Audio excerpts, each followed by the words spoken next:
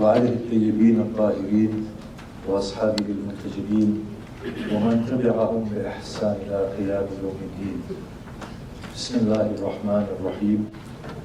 رب اشرح لي صدري ويسر لي أمري واحلل عقدة من لساني يفقه قولي. أما بعد، السلام عليكم جميعا ورحمة الله وبركاته. أعظم الله أجورنا وأجوركم بمساعدنا بأبي عبد الله حسين عليه الصلاة والسلام. بسم الله الرحمن الرحيم. It's a great honor to be amongst you once again. Thank you for having me. I'm indebted to you, indebted to God, and indebted to our beloved Imam Hussein, for whose sake we congregate once again. Now, when we look at the story of Imam Hussein and his resilience and the way he gave himself to the tribulations on that day and his response to the travails and the hardships that befell him, it immediately intrigues us, and we are filled with this sense of a greater, deeper purpose. It resonates deep within us that there is something so profound, and there has to be. And this is reflected in Imam Hussein's way in which he was reaching out to God in the midst of that unbearable difficulties that he was faced with. And then that causes us to reevaluate our understanding of life and world. And we ask ourselves, what is going on? Is there much more to it than what I have understood? Now that question calls away at us deep within our souls. We know for a fact that this life, the way we have understood it, does not make sense. And as we progress technologically and scientifically, we are beginning to see that this world is not what it seems. Our natures are not what we understand them to be. Religious responses are not satisfying. We somehow provide our minds with responses that keep us going. But deep within ourselves, there is that thing that have I understood? Does any of it make sense? And the answer is, actually, no, it doesn't make sense. But when we look at somebody like Imam Hussein, we feel he actually understood what was going on. There is something much deeper than what we are understanding of life. Now look at the state of our knowledge. It's so deficient. We don't really have knowledge. And the Quran says, وَمَا أُوتِيتُم مِّنْ عِلْمٍ إِلَّا قَلِيلٌ. The knowledge that you have been given is but a little. You have very little knowledge to go on. The Quran describes this world as an illusory world. It's not a real world, the Quran says. It's the world of illusion. And today, in our scientific explorations, we are beginning to understand that what we see is not necessarily there. Our minds are interpreting things in a way that keeps us going. We are all in our individualistic world. Neither can I show you what I see, neither can I see what you are seeing. We are hearing things, we are seeing things, we are smelling things that are not really there. Now we know there are odors that don't exist. Until we actually breathe in, then we smell something that is smelling, that gives a sensation of smell. But it is not really there in and of itself. But it is there in our minds because it is there to protect us, that sensation of smell. So we really don't know what is going on. There is a yearning within us to explore. We are reaching out to the skies. We are diving deep into the oceans. We are discovering, we are uncovering. We are making great strides, but still within us, there is that yearning. What is it all about? There is something going on. We know this at the back of our minds. We know this deep within our souls. We know something is wrong. We know it's not making sense. There is that deep yearning. The fundamental question, who am I? Why am I? Why should I be here in the first place? Why should I be having this experience of life? Why should I be having these opportunities? Why should there be these trials? When we turn to religion says you have been created to worship God. And if you worship God properly, God will give you paradise. And this life is a big bestowal. But when we analyze this statement of religion, it makes God very oppressive. It makes God unjust. God just created us and placed us on this earth without asking us and says this is an opportunity. By the way, I need to just recap from last year because I'm going to build on last year's talks. He just creates us and places us on this earth and says it's an opportunity. What type of an opportunity is this? Have you seen our human constitution, how frail we are? Look at us, the way we are. Look at the way we kill each other. Look at the way we are oppressive. And the Quran says, خُلِقَ الْإِنسَانُ ضَعِيفًا. Insan has been created in weakness. Haluha, manuha, jazuha. Anxiety, jazuha, in despairing state. Manuha, always withholding. This is the constitution of insan, psychological constitution. Distrust, greed, rage. Why would a merciful God create such a faulty creature, put them on this earth, give them these trials, and then give them reward if they pass or hell if they fail? That God doesn't make sense altogether. If we were to worship God, then obviously our inner being says God has to be the kindest, the omnipotent, the omniscient, the kindest of all kind. Can you imagine a being as lofty as God creating something as faulty as humanity and then expecting us to behave righteously?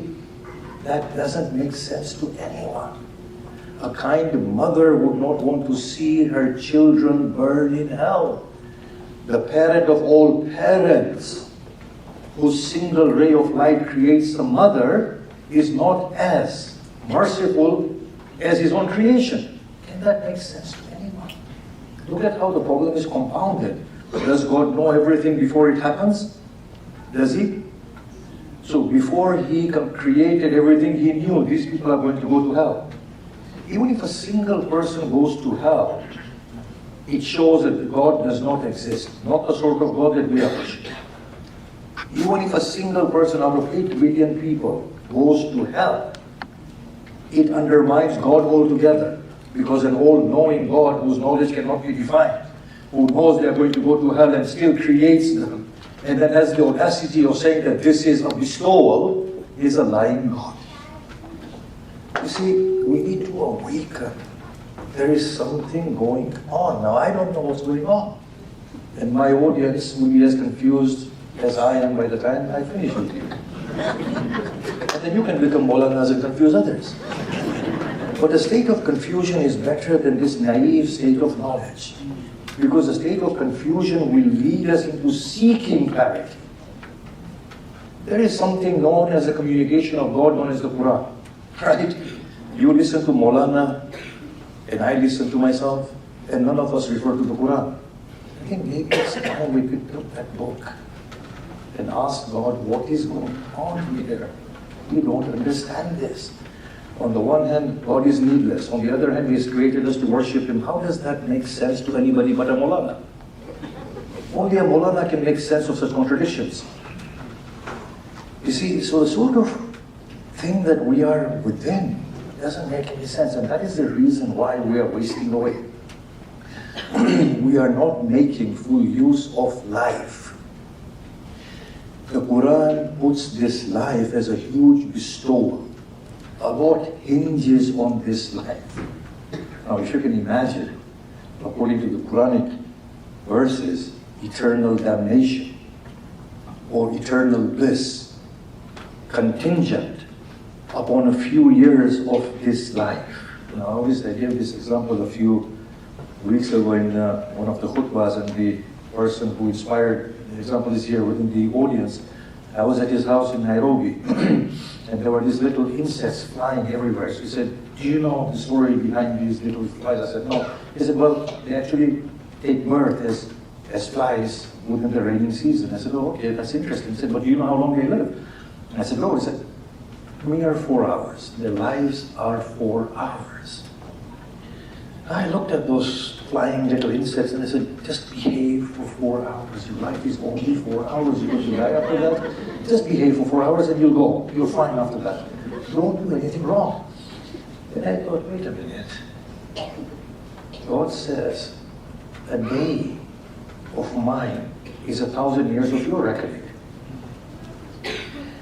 And the ruh and the angels are sent to God in a day that is 50,000 years. And I said to myself, but my life, the entirety of it is but an hour. The Quran recalls the conversations of the children of Adam on the day of Qiyamah when they are asked, how long did you live? An hour of the day will come the response. And I said, instead of reminding those insects, I better start reminding myself that your life is only an hour. Behave, get it over with, get out of this place. This is how small your life is. And so much hinges on this 1 hour. What is actually going on? You see, if we want to be critical, and if we were to open our minds, we will see that, you know what? Things don't make sense here. There needs to be a deeper inquiry. Now that we have put our ship on stormy waters, I used to always feel I was on the shores of safety until my mind opened and I realized I'm in the middle of a stormy ocean. I can't see the shores of safety anymore, yes? So now we put our ship in the middle of the ocean. That's it, we'll go to sail. I don't know where we're going to sail to, but we'll try and make some sense of it. Now, if you look at the Quran says they forgot Allah and Allah made them forget themselves. So what's going on here? They forgot Allah and Allah made them forget themselves. To be honest with you, none of us know who we are. We are assuming so much. I am assuming I am this body with this DNA. I am a male, I am a Muslim, I am a Shia. The Shias don't think I'm one of them, but I am a Shia, I am a Khoja. They can't deny I'm a Khoja. That comes with the DNA. The thing is, am I any of these things? Am I any of these things? Or are these falsities and layers of falsities that have surrounded me? And I've totally become lost to my own self. Now, you know, we have this misinterpretation of the prophetic hadith that kullu mawlud yulad ala fitra Islam. Every child takes birth on the fitrah of Islam. So we say every child is sinless. You see, it's a very naive interpretation that we have, that every child is sinless, because you don't understand the meaning of sin. To be honest with you, I've come to this stage that I know now none of us understand what each other are saying, and I've come to a stage where I don't even understand what I'm saying anymore.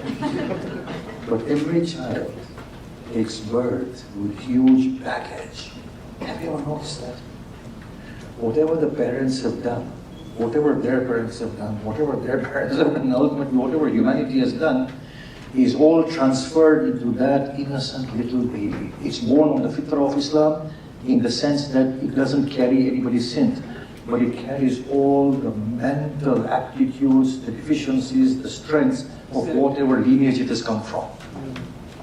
You see, when we tell people you're this and you're that and you need to improve yourself, it's wrong. That's not the way and that's not the approach. Every child comes messed up in this world. Salawat. Do you know how insightful the Blessed Prophet was? Yeah?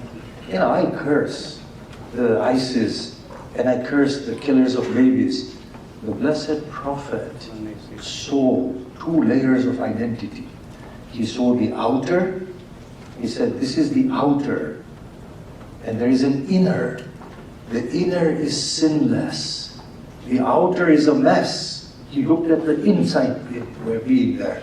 And that's the attitude we need to have towards ourselves. That, you know what? Self-loathing, self-hating, self-cursing, putting ourselves down, it doesn't work. It doesn't work.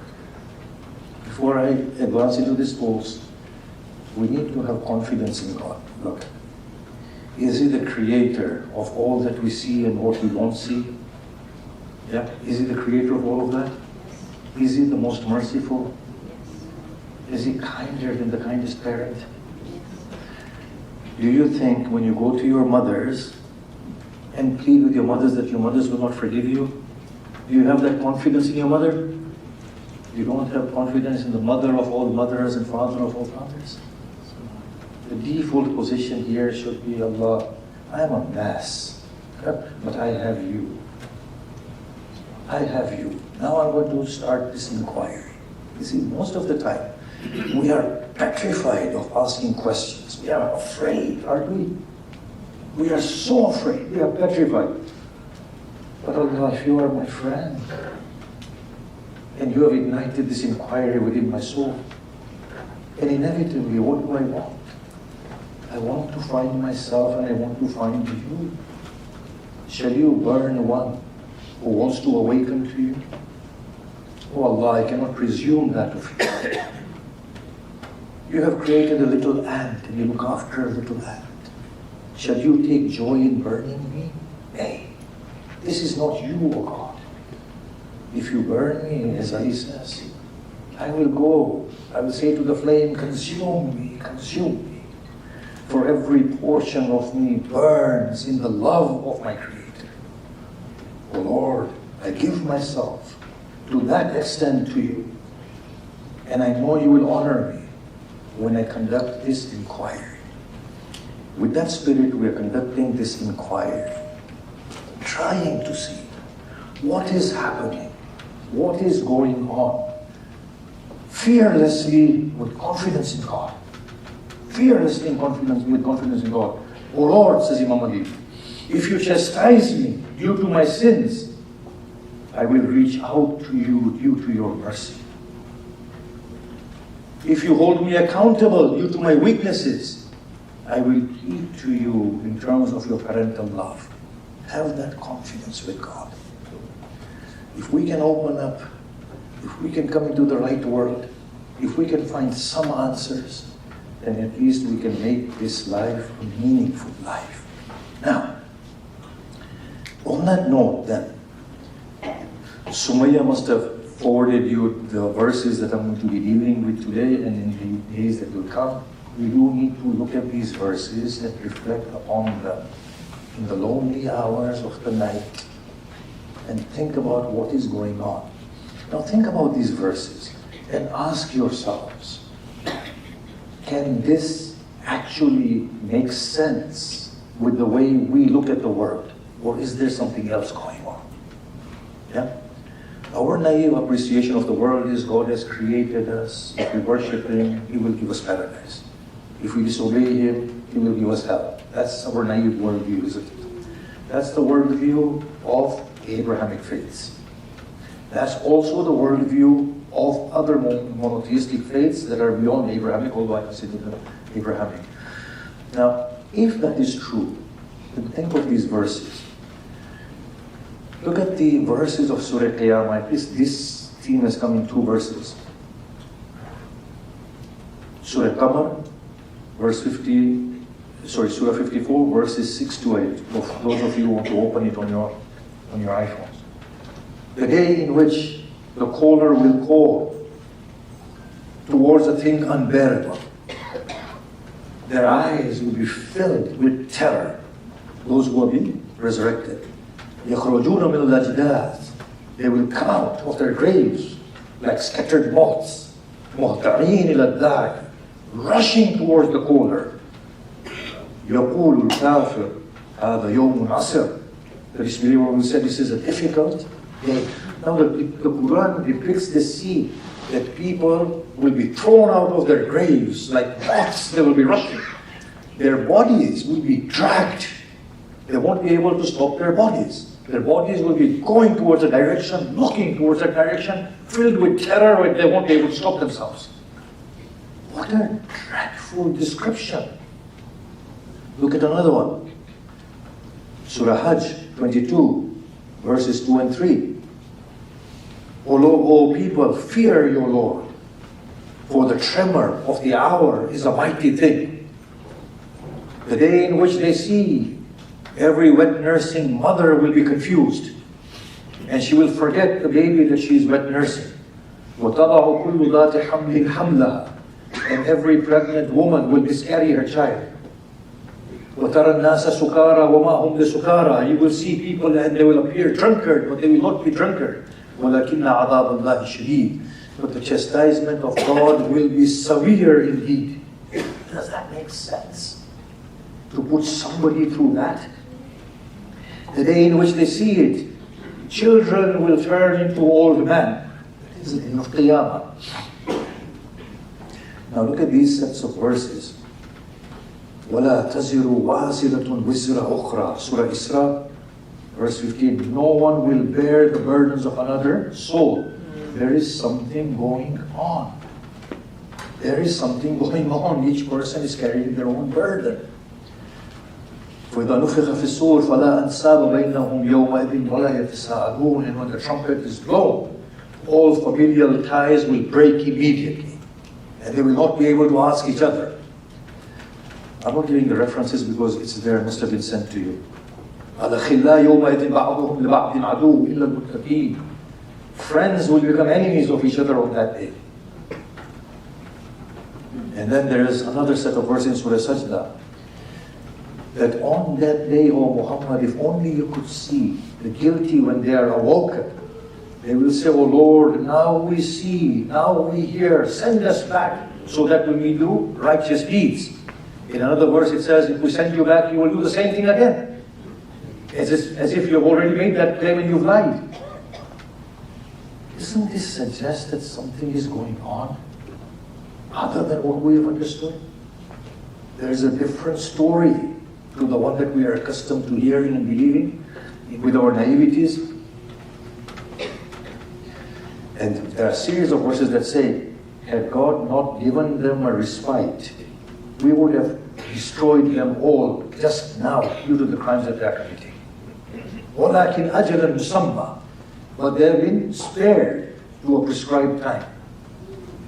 Had Allah wanted to hold them accountable due to what they are doing, the punishment would be so severe that there will be no crawling creature remaining on the face of the earth.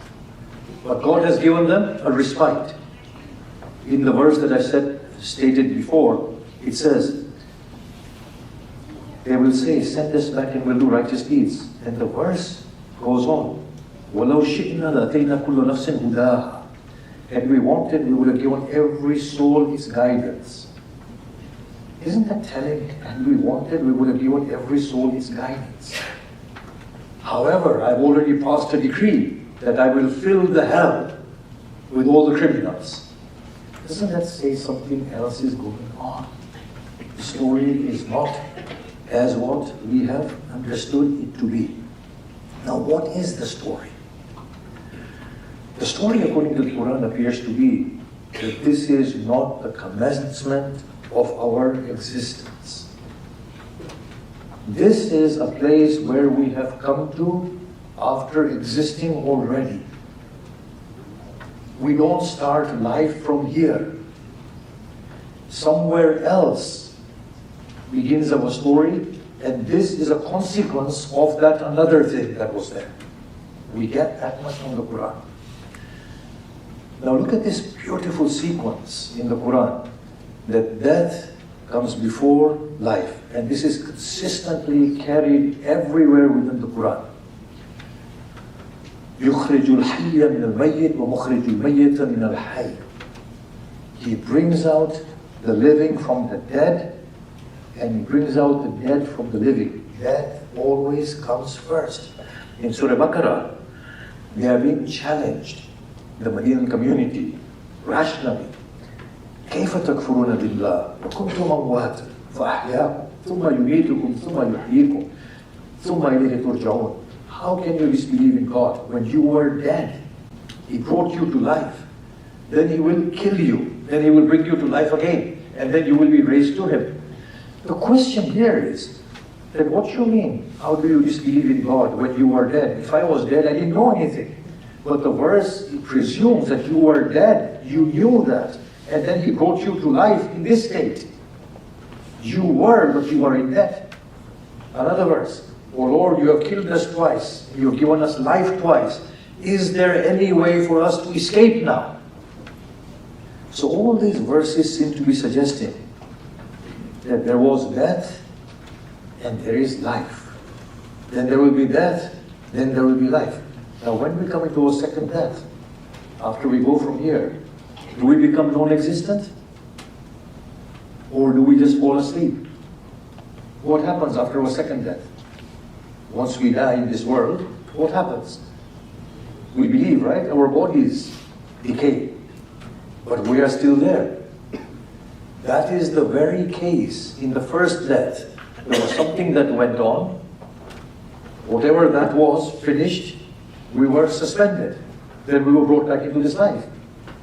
That life that we had before this determines what we have now inherited in this life. So this baggage that we bring with us in this life is a direct result of a previous life. Otherwise, imagine how unjust God would become.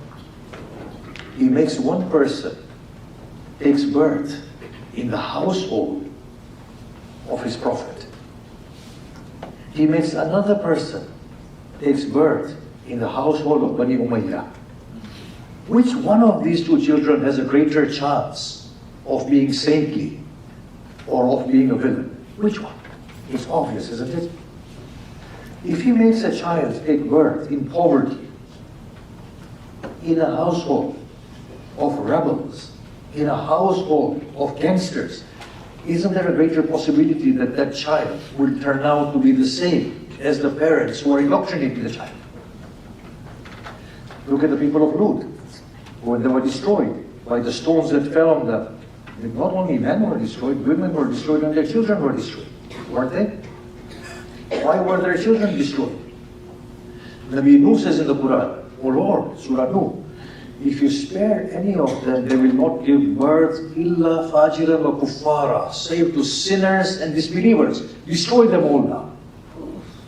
So when we take birth in a household, Islamic obviously teachings also teach us that when the child is in the womb of the mother should be calm. She should listen to the Quran. She should live she should be in a very wholesome state of mind, because that impacts the child. Now if the mother is in a turbulent state, that will then create this mental outlook and the formative sort of neurons and whatever that goes on in the child's head from that point. Now if God brings out a child like that and then punishes the child, then God is not just, is he? So in order for God to remain just, the problems that we are having here have to be attributed to other than God. And other than God is us.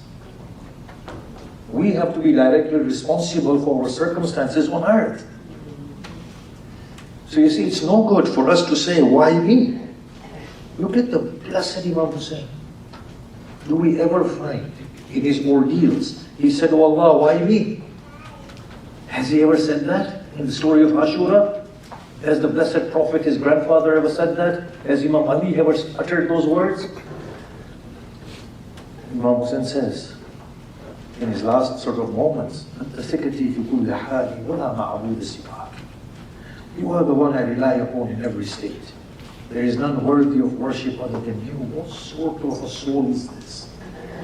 Akbar falls. Imam Hussein says, oh child, what makes this unbearable seem bearable is that God accompanies me in this ordeal.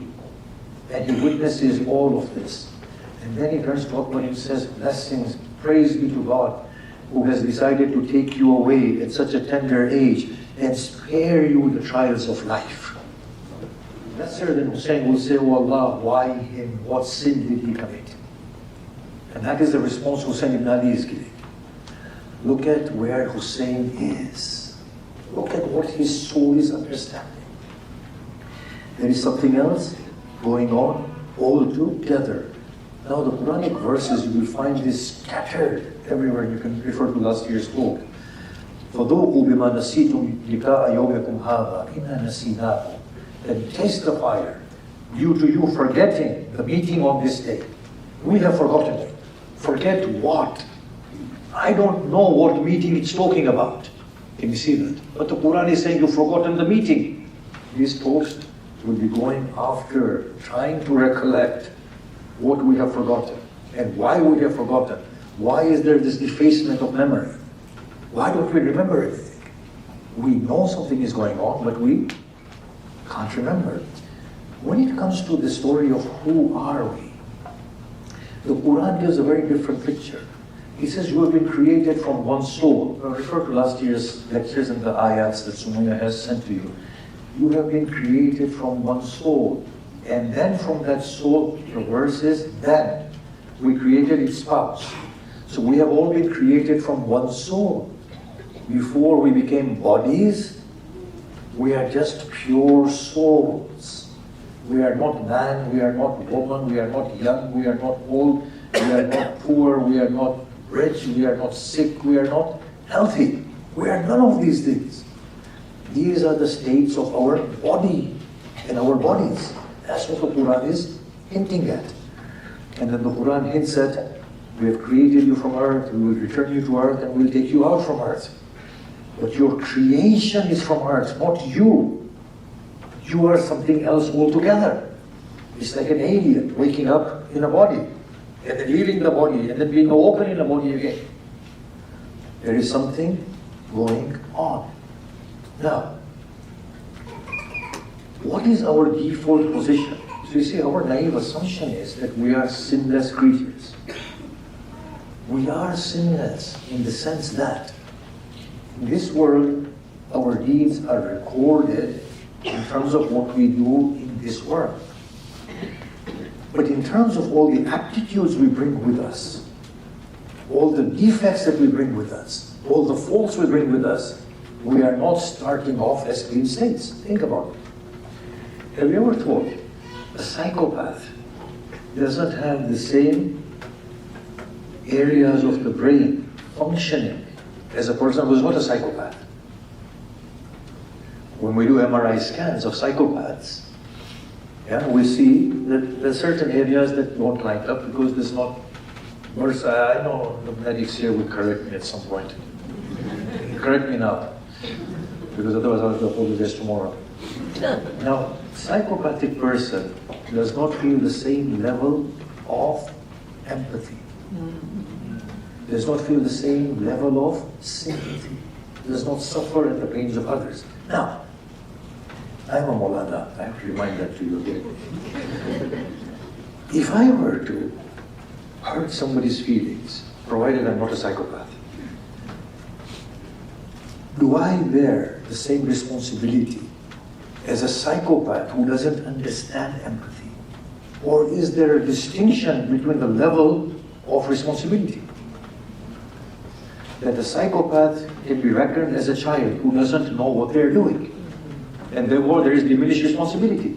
Now if we were to work on that equation, then God can't punish anybody. God can't punish anybody because we'll say, God, He just doesn't have the capacity to feel pain that He's causing. How can you say you'll punish Him? So Yazid, Shimmer, holy, forgive me for offending you if I'm offending you. Let's just forgive you. I just need to get it across. Iblis felt jealousy. Think about it. Don't look at women when you talk about jealousy. Think about it. Yeah? Don't start hating me, yeah? It's just that I have to ignite the Iblis in everybody here. Iblis feels jealousy. Do you know what jealousy feels like? Ask me, I'm a Maulana. Jealousy can drive people to most irrational things. How can you blame Iblis? Forgive me for saying this. How can you blame Iblis? He is the favored one of God, right? He is the closest one. When you create somebody else now, bow down to them. Obviously you feel offended. You have pride in you. I'm the closest one to you. Of course, God is saying something else. If you're the closest one to me, then give yourself over to me and claim your closeness. But Iblis is in a childlike state. He doesn't understand such sophisticated propositions. Yes? He's in a childlike state.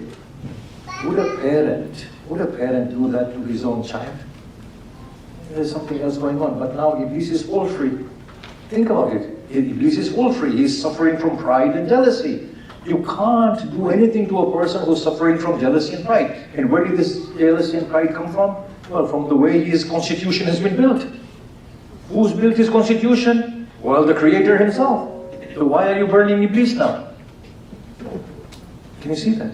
If we were to take everything as a clean slate starting from this world, then nobody would be worthy of punishment. God will become the oppressive one. Can you see that? We are coming to this world with baggage, with mess in our heads. Yeah? We're all messed up people. Now, where did this mess come from? If it has come by the divine designer, then who is to be blamed? Us or our Creator? Our Creator, right? God, you created me messed up. And now you're punishing me. That shows you're messed up. Thanks, bro. Can you see that? For you to be perfect and beautiful and kind and all forgiving, you can't instill these faults within me. So these faults have to come from somewhere else. If I am going to be responsible for my own deeds and nobody bears my responsibility, the only one who is responsible for my messed up situation is me. Now, I don't know how I'm responsible for my own messed up situation, but at least the Quran is hinting. Quran is hinting that there was a life before this. You have created some mess there, and now you are here, and maybe this is a second chance and a big bestowal for you. The Prophet said, the life of this world is a prison for the believer. After death is a release for the believer. Now, if you don't understand what that means, come and live with us in England. Summer months are all grey. It's always raining. If you don't understand that dunya is a prison, come and stay with me and you'll understand how it's a prison. So now you see these verses in Surah, in the Quran.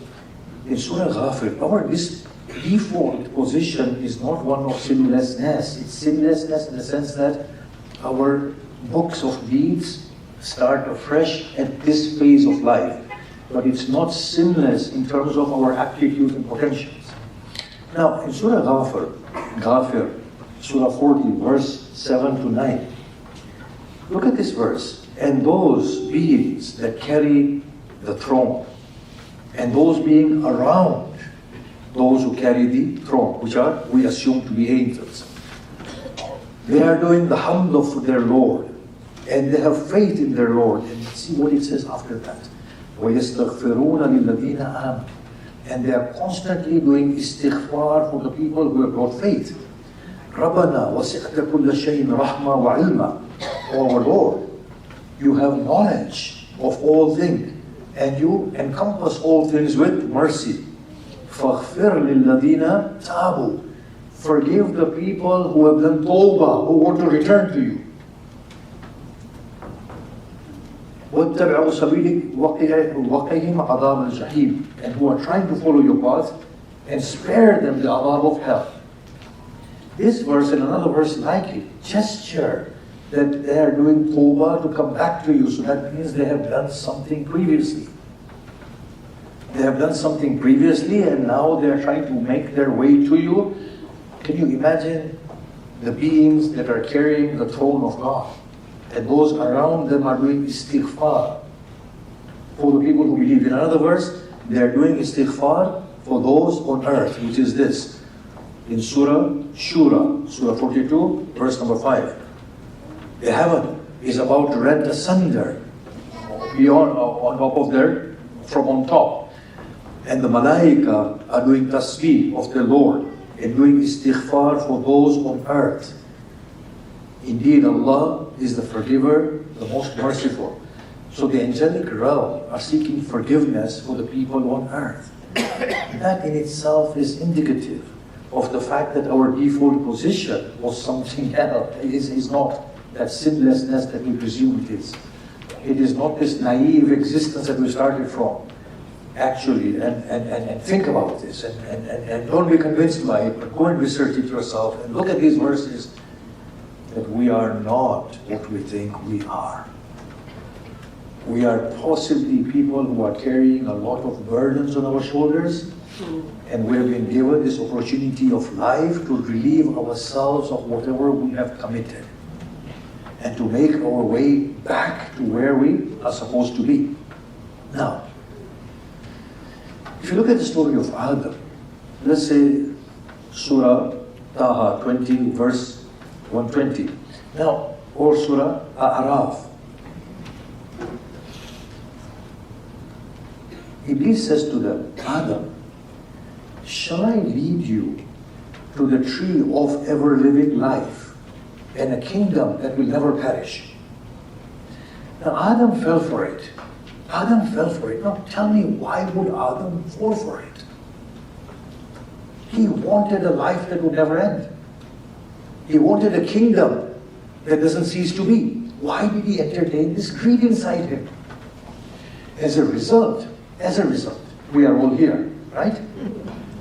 But now, if we are here because of the mistake that Adam made, then that makes God unjust. Can you see that? If we say Adam made a mistake, and as a result we are suffering, then God is most unjust. لا تزر وازرة وزر أخرى. No soul shall bear the burden of another soul. But we are bearing the burden of Adam.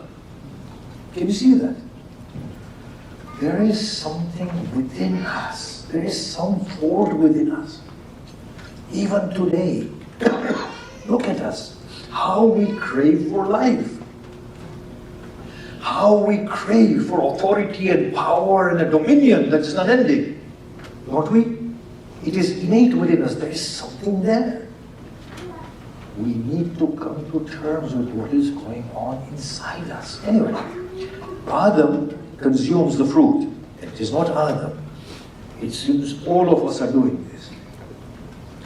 Adam says, after that, رَبَّنَا ظَلَمْنَا أَنفُسَنَا, Surah Araf, O Lord, we have darkened our souls. It's very telling, that verse. We have darkened our souls. If you don't forgive us, we will be of the losers. Something has happened. We have done something that needs to be understood. Now in two verses, as we go advanced, two verses I just want to cite right now. In Surah Yasin, the Quran says, أَلَمْ أَعْهَدْ إِلَيْكُمْ يَا بَنِي آدَمْ أَنْ لَا تَعْبُدُوا الشَّيْطَانِ. O children of Adam, did I not tell you not to worship Shaitan? إِنَّهُ عَدُوٌ مُبِينٌ. He is an apparent enemy of yours. Or do not give service to Shaitan. Now, I don't remember any of that, do you? We don't, do we? Isn't this supposed to intrigue us? Incite us with inquiry? In Surah Ibrahim, and when the matter is settled, Shaitan will say to them, God promised you, and he was true to his promise. I promised you, but I faltered. I'm not going to shout at you. Don't shout at me to help you. We will all burn in here. Then Shaitan says, and I deny the way you worshipped me previously. Things have happened. We have no recollection of it. But something has gone on, and we need to awaken to that in order to get a fix on life, a better fix on life than the naive one that we have, and we don't waste our time in the way that we are wasting it right now by listening to a talk that doesn't make sense anyway. Now, if you look at the Quran, it's talking about return to God, and that return is of two types. One is, يَا أَيُّهَا الْإِنسَانُ إِنَّكَ كَادِحٌ إِلَىٰ رَبِّكَ كَدْحًا فَمُلَاقِيهِ. O insan, you are laboring towards your Lord in a way that you will meet with your Lord whether you like it or not.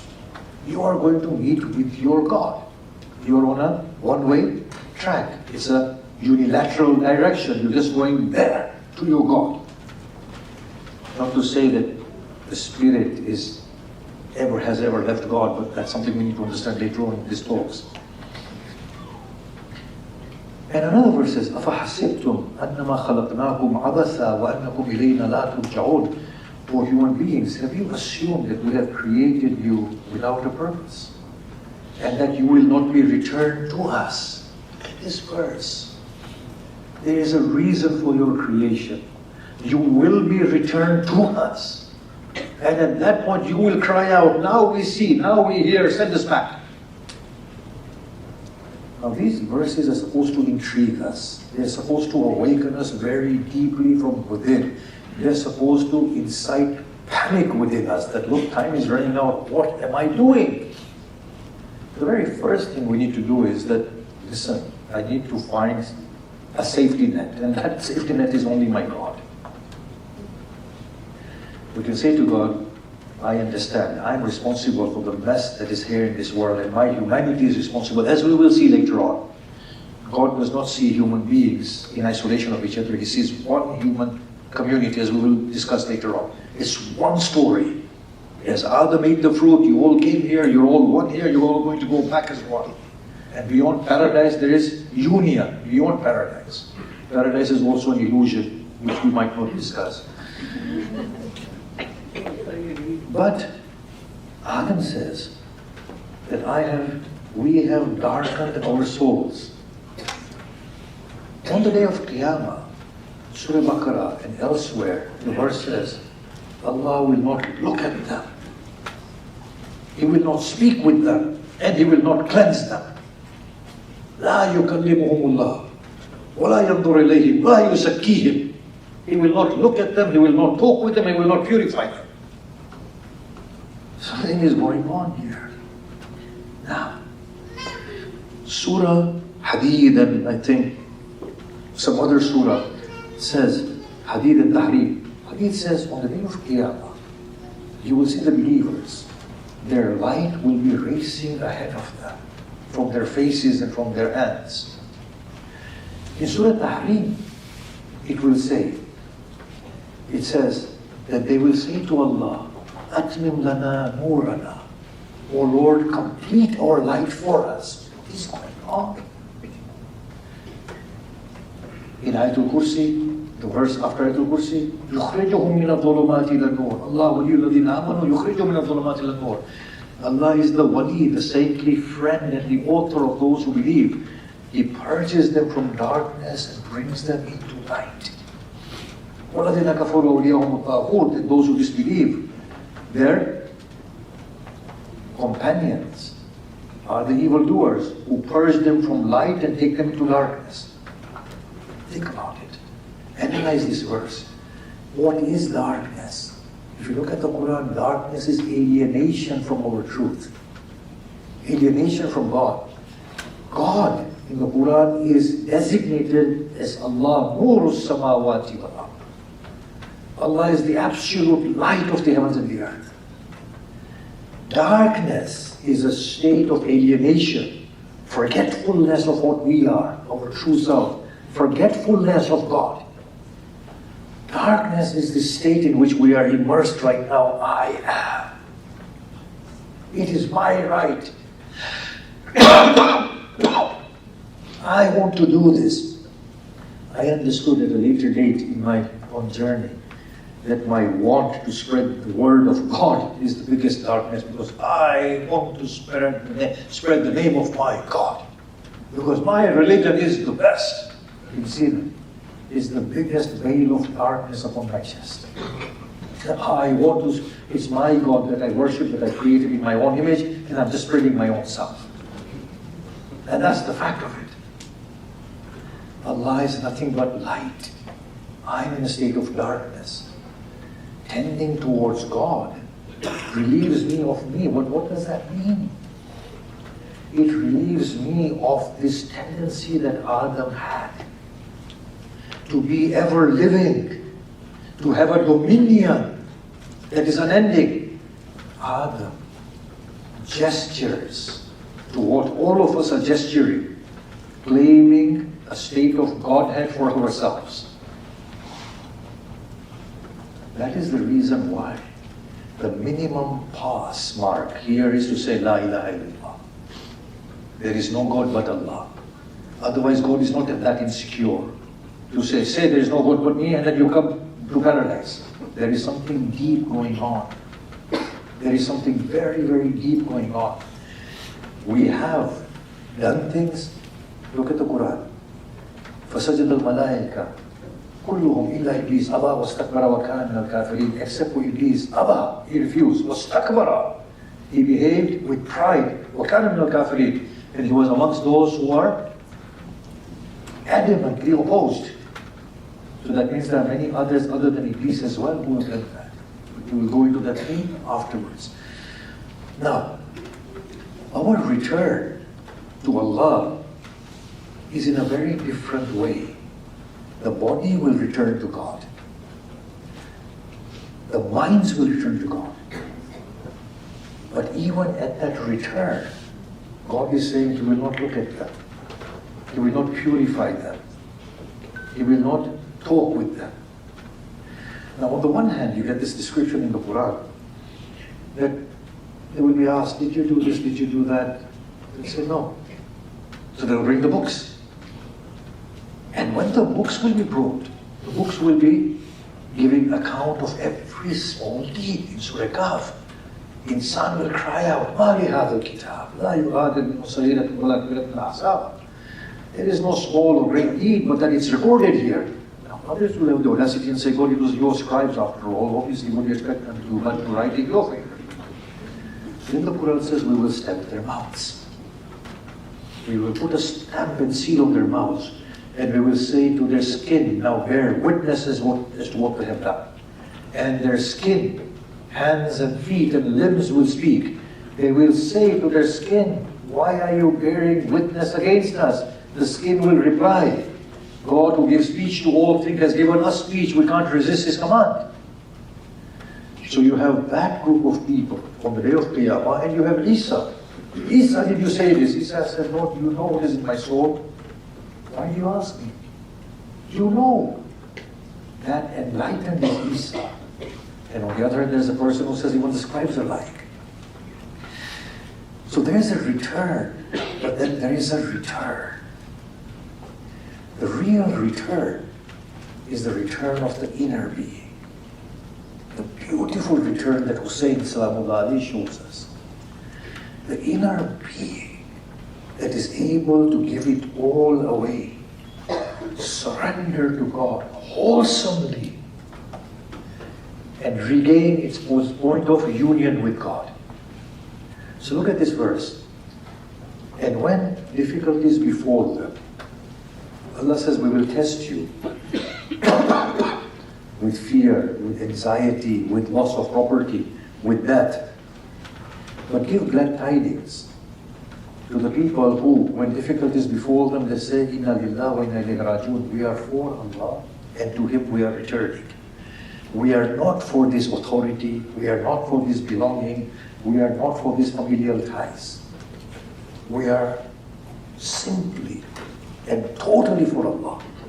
And as things are being removed from us, it is actually us being purged and we are being returned to God. That is the journey that we need to undertake. To relieve ourselves of everything and go back to that untarnished state. And that is where God says in the Quran, Ya ayyatuhan nafsul mutma'inna irji'i ila rabbiki. O contented soul, return to your Lord. So it seems that we are in some place. We have faltered in a big way. Now we are here. And now this is an opportunity to gain back our union with our beloved. If that is understood, then in that case, we cannot waste this life.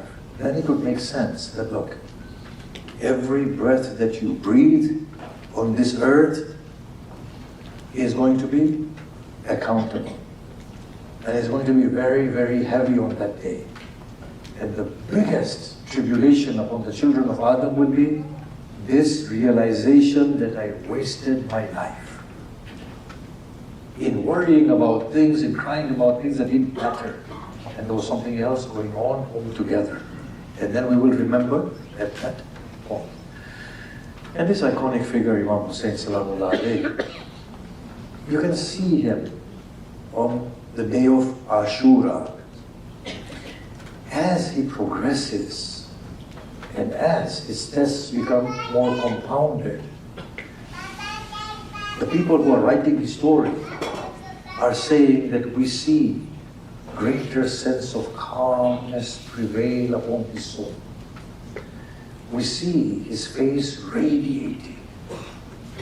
We see his soul surrendering. You heard this, that he had fallen from his steed. And they said, await not, we had the man. We circled him, they say. But the thought of killing him was removed from our minds when we looked at him. We saw him radiating. We saw his lips eulogizing, praising God. That is the state that this great soul calls us to by the removal of other than God from our souls. Rahmallah Bakar al-Fatiha.